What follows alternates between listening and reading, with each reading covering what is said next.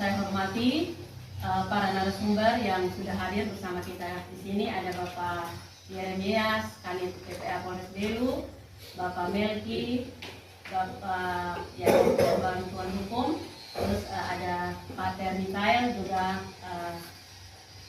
Romo Yogar yang sudah ada bersama-sama dengan kita. Banyak perempuan yang masih mendapatkan kekerasan, baik kekerasan fisik, kekerasan psikis, penelantaran, dan berbagai macam kekerasan yang dialami oleh perempuan. Dan meskipun sebenarnya bahwa sudah ada regulasi yang mengatur bagaimana bahwa perempuan itu harus dilindungi, seperti itu. Jadi bapak-bapak yang ada, ini hal penting bahwa intinya bahwa perempuan harus mendapatkan perlindungan.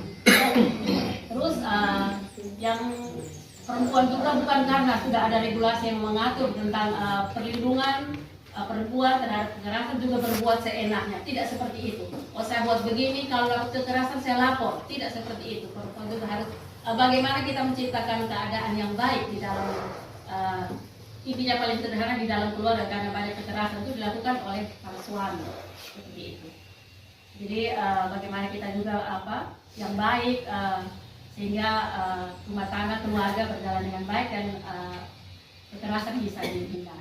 Untuk perempuan dan anak wajib kita lindungi.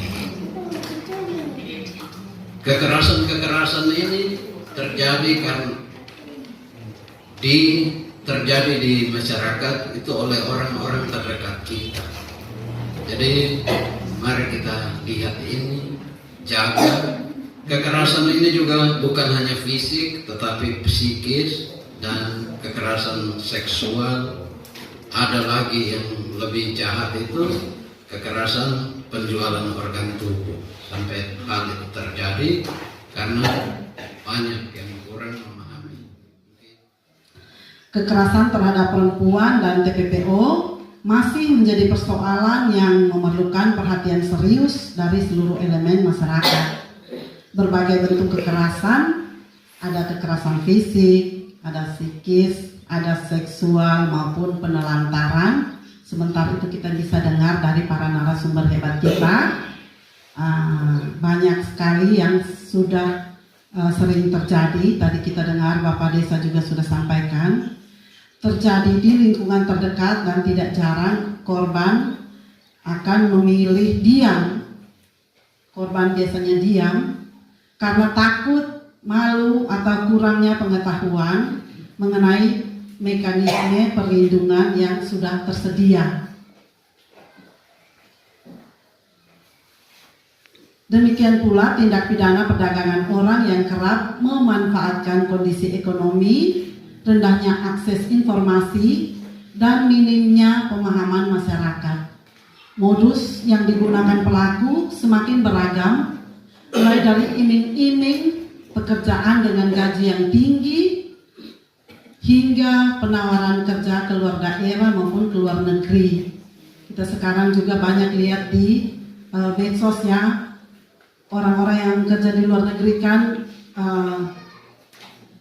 gajinya besar. Itu iming-iming yang paling gampang oleh orang yang mau berbuat jahat terhadap kita masyarakat. Layanan bantuan hukum, ya kebetulan saya mengurus itu sekarang, dan untuk itu ada dua hal penting yang nanti ada di pos bantuan hukum, yaitu informasi dan konsultasi.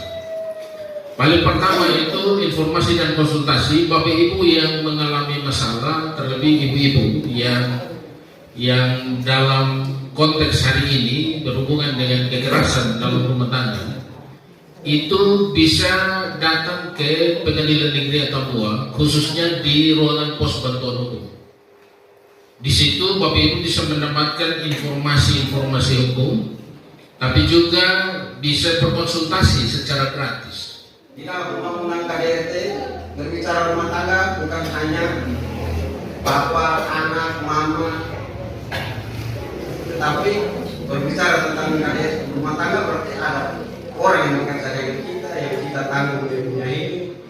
Contoh mungkin kalau kita ada kelebihan ya pasti mungkin pakai teman-teman. Judul saya human trafficking atau perdagangan manusia. Penyembunyian atau penerimaan orang dengan paksa, penipuan atau penipuan dengan tujuan untuk memanfaatkan mereka untuk mendapatkan keuntungan. Bapak Mama yang terkasih, saat ini Anda masuk di seluruh media sosial, ada begitu banyak tawaran, enak-enak semua, tanpa melalui prosedur pun yang tadi hukum semua, Anda masuk ke sana. Bahkan ada tawaran kenyataan praktis, ada tawaran juga bahwa kamu punya paspor dibuat langsung ke luar negeri. Dan 75% warga NTT yang ada di sana tidak punya paspor atau ilegal. Ini mempersalahkan polisi kah? Mempersalahkan Presiden Republik Indonesia kah? Menghukum apa di mana lagi? 75% Pak, kenyataan kami di lapangan. Dan ini menjadi korban semua. Sederhana itu Minggu Maria, mama-mama yang masuk Minggu Maria, tidak ada Santa Ana, SMGM, tidak ada yang masuk. Sebenarnya daftar sudah.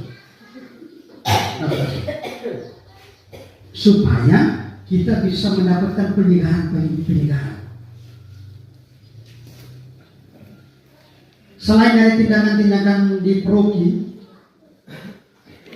kita kadang-kadang dalam kursus perkawinan, kami di Koordinator mulai dengan kursus perkawinan. Dalam setiap materi begini juga kami mengundang kepolisian untuk ngomong tentang kekerasan terhadap rumah tangga, kekerasan dalam rumah tangga. Bapak-bapak jangan pikir bahwa kekerasan dalam rumah tangga ini tampeleng ini.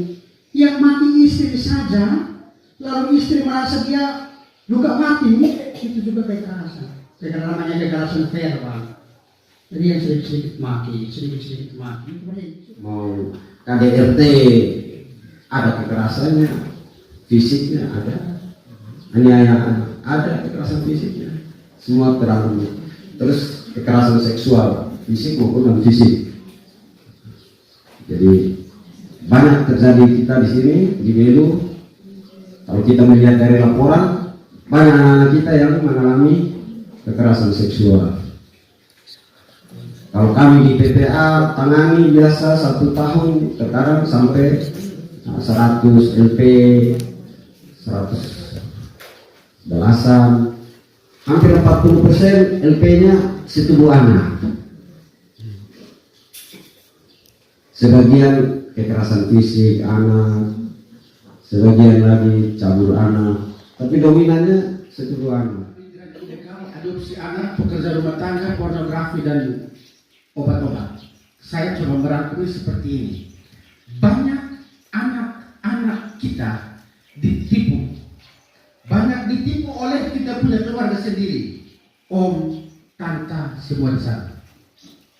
Jangan calon-calon di luar itu bisa diatur mereka.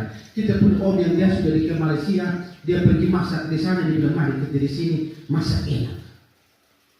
Padahal dia di sana dia jadi budak. Anjuran praktis saya untuk semua ini, kalau boleh, sekolahkan anak